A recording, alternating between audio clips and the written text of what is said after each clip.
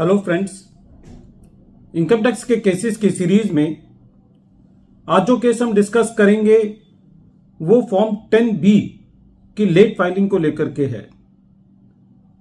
Finance act 2020 के अंदर यह बदलाव लाया गया था कि जो फॉर्म 10B है वो ऑडिट रिपोर्ट का जो फॉर्मेट है वो रिटर्न फाइलिंग की डेट से 1 महीने पहले तक फाइल करना है। इससे पहले फाइनेंस एक्ट 2015 के मुताबिक ये बदलाव लाया गया था कि जो फॉर्म 10B है वो ई फाइल करना है, ऑनलाइन फाइल करना है। उससे पहले फॉर्म 10B जो ऑडिट रिपोर्ट है उसको ई फाइलिंग की रिक्वायरमेंट नहीं थी। काफी सारे एसएससी से फॉर्म 10B ई फाइल होने से रह गया या उन्होंने उसको रिटर्न फाइलिंग की डेट के बाद फाइल किया।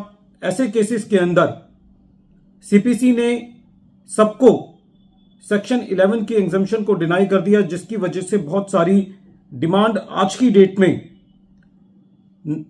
चैरिटेबल ऑर्गेनाइजेशंस की खड़ी हुई हैं और लोगों को इस बात के लिए कंफ्यूजन है कि ऐसी परिस्थिति के अंदर कंडोनेशन फाइल करना है, सीआईटी अपील के पास अपील फाइल करनी है। और मैक्सिमम केसेस के अंदर यह देखा गया है कि ना तो अभी तक कंडोनेशन फाइल की गई है और ना ही अभी तक सीआईटी अपील के अंदर अपील फाइल की गई है। तो ऐसी सिचुएशन के अंदर एक एसएससी को क्या करना चाहिए, यही चीज प्रेजेंट केस में गुजरात हाई कोर्ट के सामने एक case association of Indian panel board manufacturer versus deputy commissioner of income tax के केस में सामने आई। और यह केस 482 आईटीआर पेज नंबर 54 पर रिपोर्ट हुआ। केस का जजमेंट 21 मार्च 2023 को आया। प्रेजेंट केस के अंदर एसएससी ने अपनी रिटर्न इनकम 31 अगस्त 2018 को फाइल करी।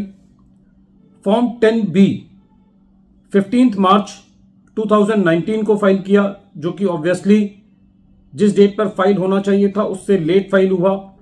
और फॉर्म 10B फाइल होने के बाद एसएससी की रिटर्न सेक्शन 143 सबसेक्शन 1 के अंदर प्रोसेस की गई और एसएससी की डिमांड क्रिएट हो गई इस वजह से कि एसएससी ने फॉर्म 10B टाइम पर फाइल नहीं किया है।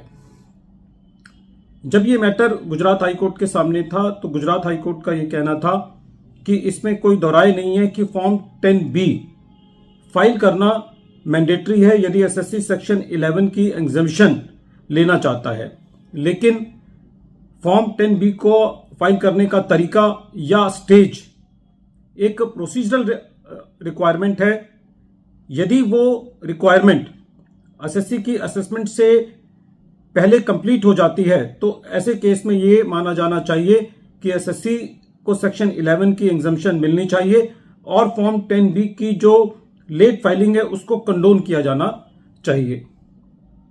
कोर्ट का यह भी कहना था कि फॉर्म 10B ये एक डायरेक्टरी इन नेचर है और उसका यदि सफिशिएंट कंप्लायंस हो जाता है तो इसका मतलब ये माना जाना चाहिए कि एसएससी ने अपनी रिक्वायरमेंट को पूरा कर दिया है।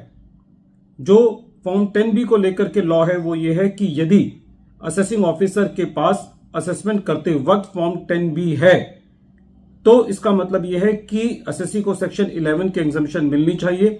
खाली एक टेक्निकल ग्राउंड पर कि फॉर्म 10B जो एक्ट के अंदर बात लिखी गई है उस डेट तक फाइल नहीं हुआ तो खाली इस वजह से एसएससी को एग्जम्पशन डिनाई नहीं की जानी चाहिए। ये एक डायरेक्टरी रिक्वायरमेंट है जो कि यदि असेसमेंट के टाइम तक पूरी हो जाती है तो इसका यह माना जाएगा कि एसएससी ने उसका सफिशिएंट कंप्लायंस कर दिया है। कोर्ट का यह कहना था कि 2015 के अंदर जो ये कानून लाया गया कि फॉर्म 10B जो है वो ई फाइल होना जरूरी है और 2020 के अंदर ये लाया गया कि रिटर्न की डेट से 1 महीने पहले तक फॉर्म 10B फाइल करना है। लेकिन यदि असेसमेंट लेवल तक भी एसएससी उस फॉर्म को फाइल कर देता है तो एसएससी को उसकी एग्जम्पशन मिलनी चाहिए। कोर्ट का यह भी कहना था कि जो सेक्शन 119 सबसेक्शन 2 क्लॉज B है जिसके अंदर एसएससी को कंडोनेशन फाइल करनी होती है, ये एक तरीके का एडिशनल रेमेडी है और इसको ऐसे नहीं लिया जाना चाहिए कि एसएससी का इसको कंपलसरी इस प्रोसीजर को फॉलो करना है। और जो central board of direct taxes का सर्कुलर 7 है 2018 का, 20 दिसंबर 2018 में जो इशू किया गया था, उसके मुताबिक ये जरूरी नहीं है कि एसएससी कंडोनेशन फाइल करे। यदि वो सीआईटी अपील के पास अपील फाइल कर देता है तब भी ये माना जाएगा कि उसने एक तरीके से सीआईटी अपील के पास भी इस चीज का अधिकार है कि एसएससी को अपील को वो एक्सेप्ट कर ले और एसएससी को सेक्शन 11 की एग्जम्पशन दे दे। ऐसा इसलिए कहना जरूरी है क्योंकि ये एक बहुत बड़ी कंफ्यूजन है एसएससी के बीच में और प्रोफेशनल्स के बीच में कि यदि फॉर्म 10B का डिले हो जाता है तो ऐसी परिस्थिति में क्या करें। यदि सारे सर्कमस्टांसेस को देखा जाए तो ये बेहतर है कि एसएससी कंडोनेशन भी फाइल कर दे और सीआईटी अपील के पास अपील भी फाइल कर दे। हालांकि इस केस में कोर्ट ने स्पेसिफिकली कहा भी है कि यदि सीआईटी अपील भी इस मैटर को सुनवाई करके एसएससी को सेक्शन 11 की एग्जम्पशन दे सकता है यदि फॉर्म 10B टाइम पर फाइल नहीं हुआ है, लेकिन असेसमेंट के टाइम तक ये फॉर्म फाइल हो गया है।